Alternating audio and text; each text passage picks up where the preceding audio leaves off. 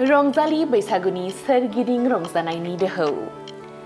गोदान बोसोर बैसागुनि बुब्लियावनो उन्दैफोरा गेदेरफोरखौ मान होयो आरो गेदेरफोरा उन्दैफोरनो अननाय जासियो। गुबुन गुबुन बोसोरफोरनि बादिनो बोसोर गोदाननि रायजोफोरखौ सिबिदों इउपिपिएल हान्जानि दैदेनगिरि बिना गयारिया। इउपिपिएल दोलोनि मिरुनि नेहाथारि बिना गयारिया रायजो राजाफोरखौ सिबिदों। चिरांनि 0 नं निसिमा बियाबनि रायजोफोरखौ बैसागुनि मुङै मान बावदों बिना गयारिया। निसिमा बियाबनि गंजि प्राइमारि आरो भिसिडिसिनि बिबानगिरिफोरजों लोगोसे ओनसोलनि रायजो राजाफोरखौ मान बावदों। हारि धोरोमनि फाराग खालामालासे अनलायनायजों बैसागु फोरबोखौ फालिनांगौ होनना बुंथिदों बिना गयारि बिथाङा। गोदान बोसोरनि रंजालि बैसागुजों लोगोसे साफ्रोमनोबो गाहाम हामलायनायखौ जासिबाय आरो बयनिसिमबो खुलुमबाय। दिनै आङो रंजालि बैसागुखौ बरायनायजों लोगोसे निसिमा समस्तिनि सिङाव थानाय 10टा प्राइमारि आरो भिसिडिसि बिथांमोनखौ लेंनानै ओंखाम बोथिसे जानाय हाबाफारि खालामदों। दिनै बिथांमोनखौ जा एसे दरसे मोनजायो बयबो फैनानै जाफैनांगौ होननानै हांख्रायनायलाय मोनफ्रोमबो भिसिडिसि आरो प्राइमारिनिफ्राय बिथांमोना नुजाफैदों। साफ्रोमनोबो दिनै बोसोर गोदाननि गाहाम हामलायनायखौ रायजो राजा आइ आफानिसिम जासिदों। मिजिंथिदों जे आफा इसोरा आनान गसाइया साफ्रोमखौबो मोजाङै मोजां लाखियो आरो नैबे बोसोर गोदानजों लोगोसे न'खरफोराव मोजां मोनसे गोदान गोजोन हामलायनायखौ साफ्रोमनिबो न'खराव लाबोयो आं बेखौ मिजिंथिदों आरो आफा इसोरनिसिम आर'ज गाबदों। बेयाव गुबुन गुबुन हारि माहारिफोर फैदों, गरखानिफ्रायबो फैदों, आइजो आरो हौवा माहारिफोरबो फैजोबदों आरो बेंगलि, असमिया, माइन'रिटि आइजोफोरबो फैदों, बिथांमोनबो बाहागो लाफैदों। आङो प्रत्येक बोसोरावनो रंजालि बैसागोखौ फालियो, बेबायदियै फालियो।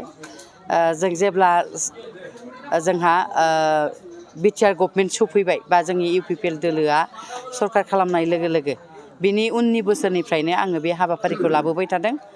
दा जा एसे हायो, जा दरसे मोनजायो बिदिनो हाबाफारि लाबोबाय थादों आरो बेयाव आङो मोनसे हाबाफारि लादेरदों जे जोंहा प्राइमारियाव थानाय बिबानगिरिफोरखौ आर'नाइजों मान बावनाय बे हाबाफारिखौ लाबोबाय थादों।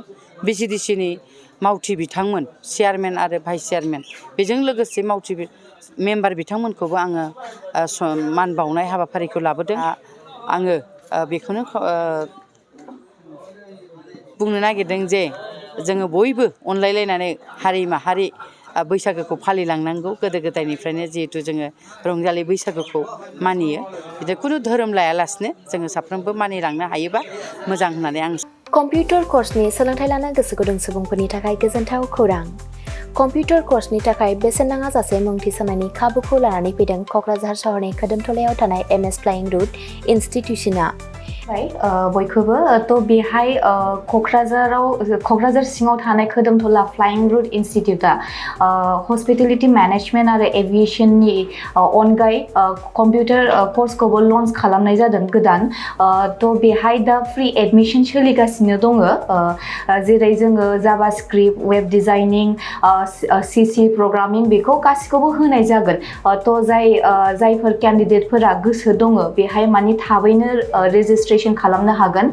एडमिशन फ्रि सोलिगासिनो दं। एभिएशन आरो हस्पिटेलिटी मेनेजमेन्टनि फोरोंथाय होबोबाय थानायजों लोगोसेनो देग्लायनिफ्राय लानानै फैबावदों क'क्राझारनि MS फ्लाइं रुट इनस्टिट्यूशना कम्पिउटारनि कर्स।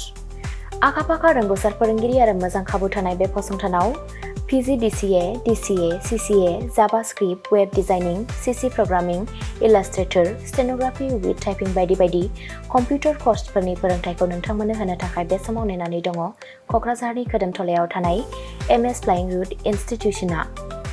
गोदानै जागायनो लानाय कम्पिउटार कर्सनि थाखाय बे समाव MS फ्लाइं रुट इनस्टिट्यूशनाव गिबि खेबनि थाखाय मुं थिसनगिरिफोरा बेसेन होनाङालासे मुं थिसननायनि खाबुखौ मोननो हागोन।